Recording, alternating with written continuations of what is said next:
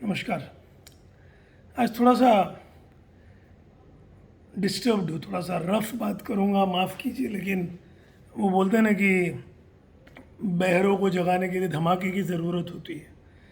आवाज़ भी थोड़ी आज ख़राब है क्योंकि चिल्लाया भी हूँ काफ़ी। पता नहीं क्यों हम भूल जाते हैं कि इंसान इंसान ओके, आज का निमोनिक वही है, human, be a human, HUMAN।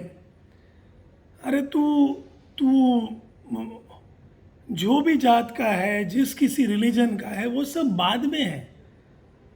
तू पहले इंसान है, ये क्यों भूल जाता है? तू क्या तकलीफ है? छोटी छोटी चीज़ों को लेके हमें बुरा लगता है, झगड़ा करने पे तुले आते हैं हम। क्यों क्यों ये भूल जाते हैं हम कि हाड़ मांस का जो ये शरीर है हमारा, दुनिया के 7 बिलियन जो लोग हैं, ये जो 7 बिलियन लोग हैं, हम सब एक ही है। हम वही जो कॉस्मिक डस्ट है, वो जो हमारे विश्व की यूनिवर्स में जिससे जिससे ये चांद सितारे बने हैं, उसी से तू भी बना है, उसी से मैं भी बना हूँ। ये क्यों भूलते हैं हम?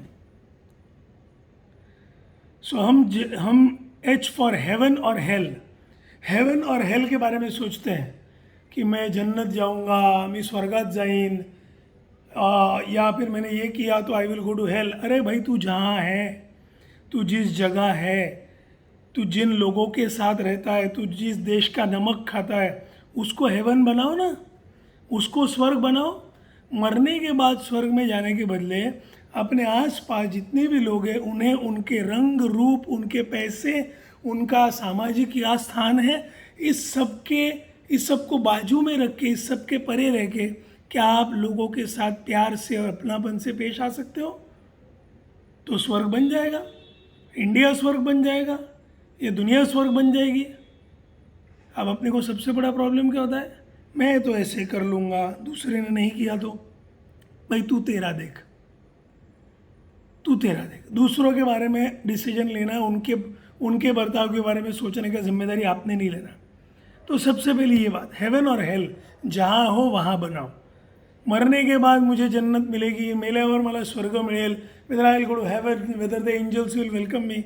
अरे इधर तुम्हारे लाइफ में एंजल्स है, तुम्हारी फैमिली है, तुम्हारे दोस्त हैं, तुम्हारा समाज है, वो सफाई वाला जो तुम्हारा कचरा उठाता है वहाँ से लेकर ये देश चलाने वाले प्रधानमंत्री और उनके मंत्रिमंडल तक, सब लोग, हर एक के लाइफ में कुछ ना कुछ रोल प्ले करते हैं।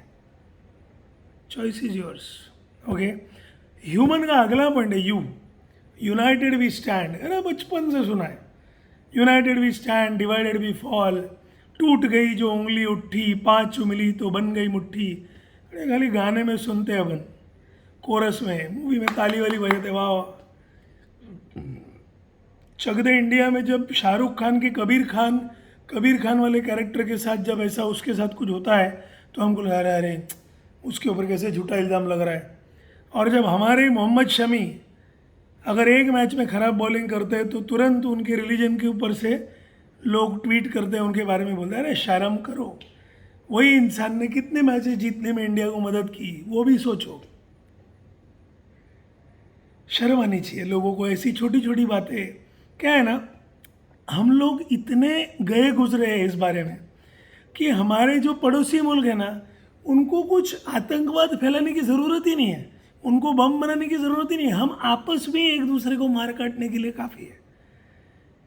हम रिजर्वेशन को लेके झगड़ सकते हैं, हम मेल फीमेल या ट्रांसजेंडर को लेके झगड़ सकते हैं, हम जाति के बेसिस पे झगड़ सकते हैं, रिलीजन धर्म के बेसिस पे झगड़ सकते हैं, हम अमीर गरीब के बेसिस पे झगड़ सकते हैं, फिर कौन सा पॉलिटिकल पार्टी, कौन सा राजकीय नेता किसको फेवरिज्म कर रहा है उस पर हम झगड़ा कर सकते हैं।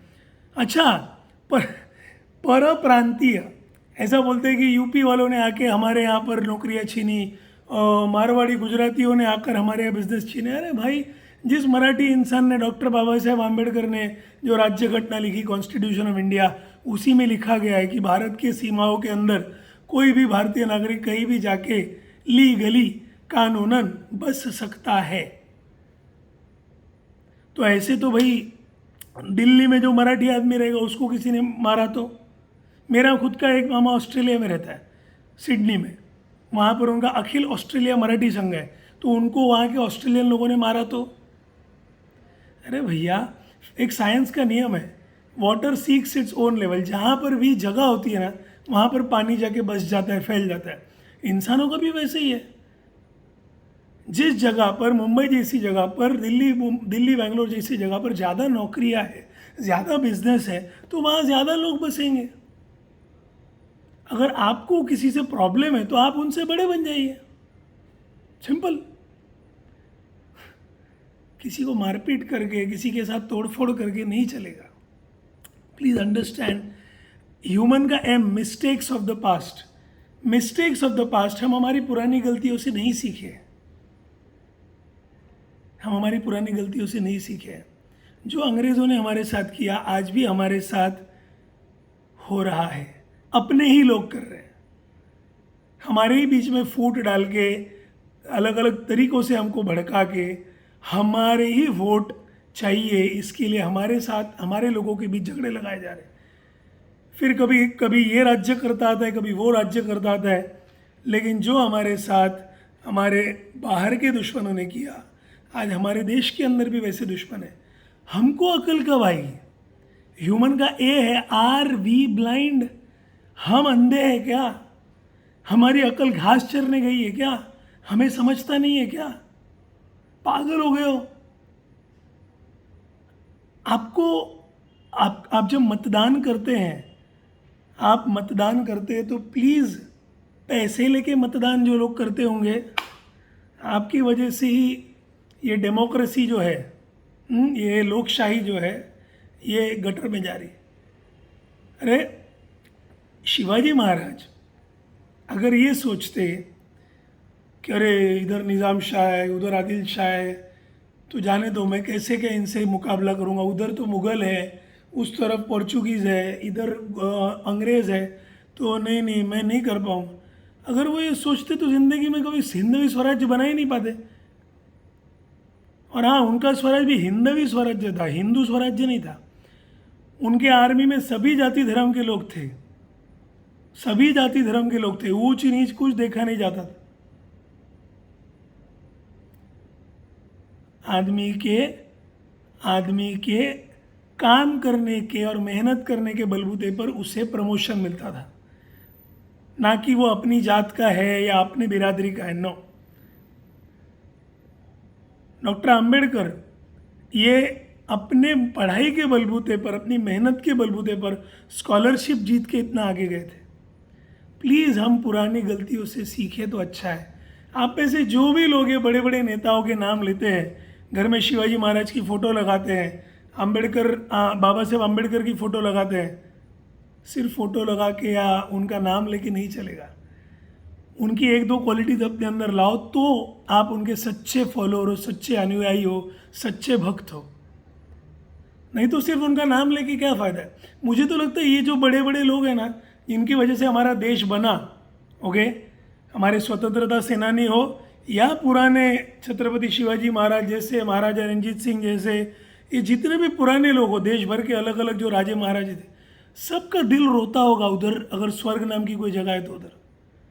आपको हाथ जोड़ के विनती कर रहा हूँ, अभी भी हमारा देश बच सकता है अगर आप और हम सब मिल के ये भूल जाए कि हमारे कुछ डिफरेंसेस हैं। हम सब एक हैं, मेल फीमेल, काला गोरा, हिंदू मुस्लिम सिख ईसाई, सब लोग, हम सब इंसान हैं। अगर ये याद रखें तो हमारा देश और बड़ा बन सकता है। डिवाइसिव फोर्सेस को, जो हमें विभाजन करने के लिए जो ताकतें बैठी है, उनसे आप ही अपने आप को बचा सकते हो। कोई नेता नहीं बचाने वाला, आप, ओके।